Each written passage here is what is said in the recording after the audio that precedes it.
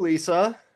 Well, hey, Nate. Glad you matched my black today. Black shirt. Which is perfect because we're going to talk about today relating to other people on the journey. When we look so disciplined, you don't notice the small nuances. So I just thought I'd throw that in there in the beginning.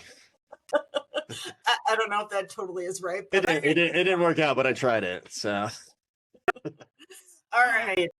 well, tell me what you got. So you met with a coach, and I think you should elaborate a little bit on who your coach is because that I think helps people relate and understand the greater context of what we're about to talk about.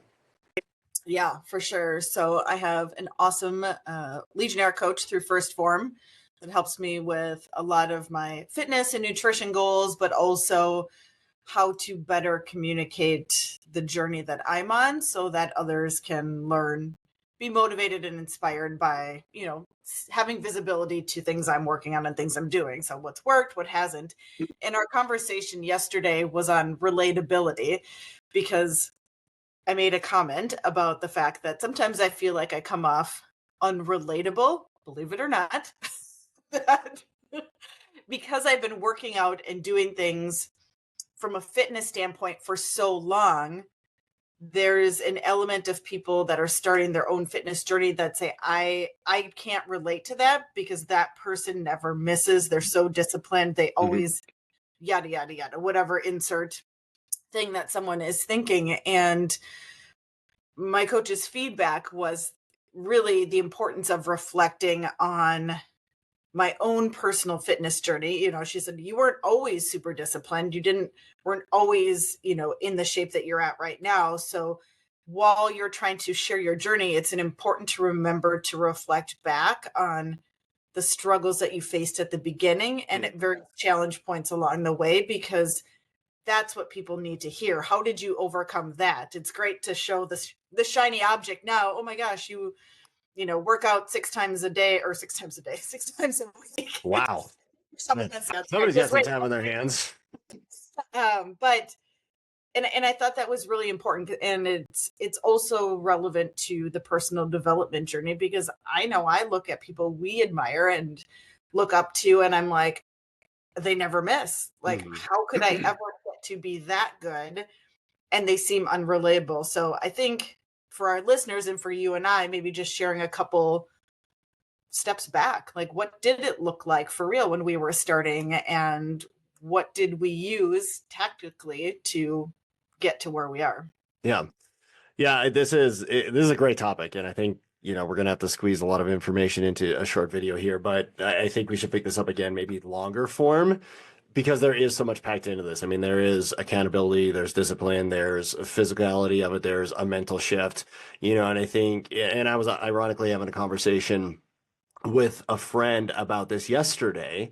And he's bringing habitual growth into his team. They're all training for triathlons. They're all ex-athletes, but they haven't done that since college. They're, grown men now in their probably late 30s, early 40s, starting to retrain, and just the different physicality, the different mental shape.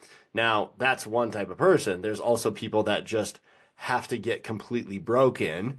And that's where I would start. Kind of my feedback in this is like, it's you and I and the habitual growth team really preach something that is like, the cliche statement, don't judge a book by its cover, right? Don't try to put yourself at chapter 10 when you're on chapter 1. And I think that's really hard because when you listen to people, all the YouTube gurus out there, or even the people that we respect, the Andy Frisellas, the Ed Miletts, the Ben Newmans, they've spent, Andy talks about this more probably vocally than anybody else, but he spent 26 years building his companies, right? And I think he does a good job of saying, hey, I only made less than $60,000 for 10 years cumulatively before like I really started to make any money. But we forget that because we see things in the moment. And there's in our habitual growth private group for Facebook, there's somebody who I think is awesome. I don't know who it is because they're posting anonymously, which is great, but they're like, literally all I can do today is drink water. And that's awesome, right? Sometimes that's just where it is. I was sharing with this team yesterday that I was in front of, like 3 years ago, I couldn't get out of bed, right? I literally had goals that were get out of bed by 9 a.m., get outside for 15 minutes and do a walk, drink some water, and read 5 pages of book. And if I got that done, my day was successful, right? Yeah. And there were days where I couldn't even do that.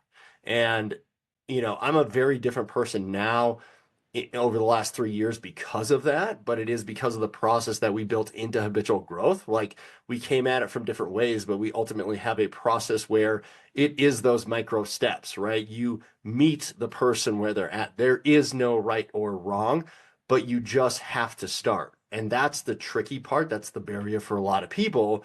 But just because you're out there training for all these amazing shows, or you're, working up to a triathlon, or you're able to run a marathon or whatever it is, doesn't mean you started there. It's still difficult on whatever journey it is.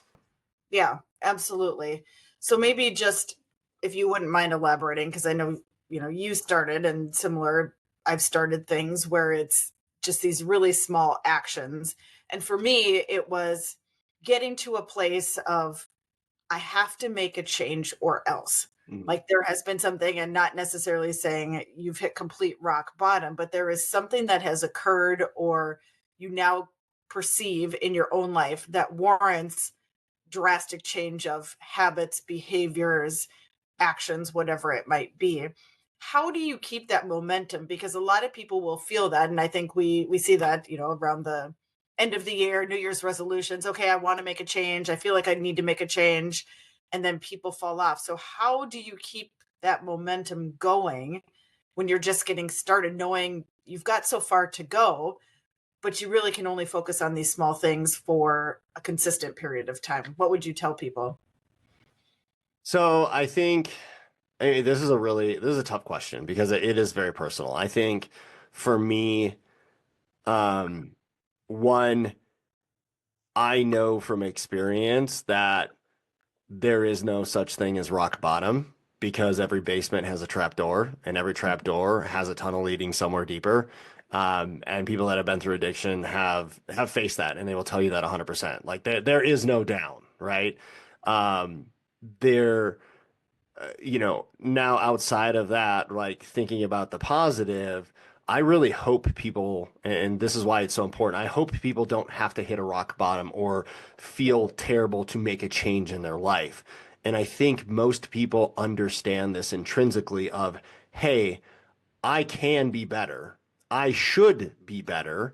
And I want to be better. And I think if you have those three things, you just have to make a decision on where you want to start. I think what happens for a lot of people is they look at their lives and they say, wow, there's so many things that I want different in my life. And maybe it's more money. Maybe it's a relationship. Maybe it's, who knows, kids or whatever, a new car. But the thing that they're missing is all of that starts with your internal principles, everything. And so you have to look internally and you have to understand what's a victory for you. For me, it was simple things like I was working for a corporate job in a remote office in my house. I didn't go out. I wasn't going to bars. I wasn't a part of any sort of community, and I was just completely isolated. I had to learn how to build a network from afar. I had to build relationships, and that took intention. I really had to go out. I had to, join communities at my church. I had to join Facebook groups and start participating. I had to reach Yeah. out to people and be like, "Hey, let's set up a coffee or a virtual call," or like, "I want to introduce myself." Like there was a lot of small steps that we think like, "Oh, that's so easy to do. I'm going to do it." But actually seeing that through to have an end goal of building a community is a long process, right? Just because Mhm. you have one coffee or one virtual call, that's not going to lead to a fulfilling relationship. It's like dating, right? You could swipe right, you could swipe left. And you may have to go through 50 people, 100 people before you find one that actually resonates with you. So I think going into it, understanding anything you choose that improves your life is going to be a long process. There has to be a tremendous amount of effort behind it, and you have to have the commitment to see that through. But that end goal has to be very clear up front. And it can be something small, right? It can be community. I'm going to get 3 new friends by, the end of August, which sounds ridiculous as a 41-year-old man. But the reality is, I was watching the news last night and they were talking about how society today is so antisocial. Like everything is antisocial. And with this integration of AI, it's only going to get more isolated. So just in that example where we think getting friends and building relationships, oh, there's people everywhere. It's so easy to do. I can tell you right now, I don't know 70% of my neighbors, but Right. Bree and I are very intentional about going out and meeting them. So that's just one small example of how things can seem so small, so easy to do, but they still take a lot of effort, and it's still a long time to build something like that. Yeah. Yeah. Yeah. That's a great call out. And I think you're right. And part of that is that clear vision. And then what are the small things that you're going to do, understanding that over time is where you reap the rewards and the benefits and see the results, even in the short term when it feels like you're just treading water. Yeah. I think one of the things for me starting in a number of new journeys was, yes, I needed a clear vision. Yes, I needed prompting to change. I also had to shed the preconceived notion of who I was. And I think that trips a lot of people up because we associate certain people in our lives, certain things in our lives with who we are. And when you start to try to change something, any sort of behavior or habit, it's almost like you're trying to get rid of a part of who you are, is what it can feel like. And that can be hard because what you know is comfortable. So let's just take an example of, you are always out with your kids' sports team, Mhm. right? So those are the people that you hang out with, those are your friends. Um, and then you are trying to build a professional network and you work from home. And so it can feel really strange to put on a suit and go to a networking happy hour, because what you know is hanging out at the baseball field, having a couple brews, and watching your kid play baseball 4 or 5 nights a week. Mhm. And so I just want people to remember that, because that was one of the things that I literally had to remind myself over and over and spend time visualizing was, I don't have to erase all of who I was to create the person that I'm going to be in the future, but there are layers that are going to have to come off, because the behaviors that I'm now choosing to change to get to where I want to go no longer can be confined to just that person that was. Yeah, no, I mean that's huge. I mean, putting aside your, but I think that a lot of that is ego. I think a lot of people feel comfortable in their own skin. No, I'm good. But I Yeah. think that statement of I'm good is because you are comfortable and you Yeah. know that there's a lot more effort to put into something to go get it. And just using that as the example, talking through this, I think when at least when I started, and I would say when you started, there's this, I think it's a myth out there, which is like, I know exactly what I want. This is my purpose. This is my vision. And I don't think that's real for 99.9% of people. I think it evolves into that as you start to build up the discipline and the accountability to make that happen. But when you start, you're just starting on something. And I started on personal characteristics for me. Like another silly example, and I'm gonna use my wife as the example because she's very good at this. She is very good at eye contact, but I know about myself that when I talk to people, I tend not to look at them in the eye. And I always wanted to be able to look people in the eye because she was very good at it and she's very confident in who she is and she can carry on a conversation and people love her and she's super outgoing. I didn't have those characteristics, but I also knew like, hey, I'm attracted to that. I want to figure out how to do it. So when I talk to somebody, I'm going to make eye contact with them and it's going to make me feel super uncomfortable. And if I have to look away after 4 or 5 seconds, that's it. But I have to do that repetitively to build up that characteristic. And then over time, you're better at that. It becomes easier, but you can take small things like that. Again, this is like what we can control about our own personal lives without thinking too far down the line, right? It's Yeah. great that you might want to be a politician and a governor or maybe the president or whatever it is, but that's a long road to get there. Like, are you rubbing shoulders with the right people? Are you in those right rooms? Or are you at the soccer game just hanging out with all the other soccer parents? There's nothing wrong with that, but Right. you have to ask yourself truly, like, is this my potential? Is this where I want to go? Am I willing to put in the effort to get a new skill set that leads me down a new path? Or do I just, quite frankly, want to cop out and be okay with where I'm at? Yeah. And that's really a decision that people need to make. And I think the answer to that question changes for people over time. And so I what I have witnessed, with my friends and my colleagues and even myself is there will be periods of desire and motivation for exponential growth or change in my own life. And then they might experience, or I might experience a period of time where I'm like, no, I'm good right now. Like Mhm. there are other things that I need to either keep afloat or prioritize, or I just need to be in this space and figure out what's next. And then another period will come where you build a new skill or expand your network, or continue on your growth path. And so also understanding that there will be times where it's okay to say, I just need to be here right now, utilizing the skills and, the qualities that I have now fostered over personal development to figure out what's next. Yeah. Yeah, 100%. And I think that decision is really crucial for people. And I now approach, I think I had a social media post about this a couple of days ago, but I now approach everything. Number one is temporary, right? Temporary pain, temporary joy.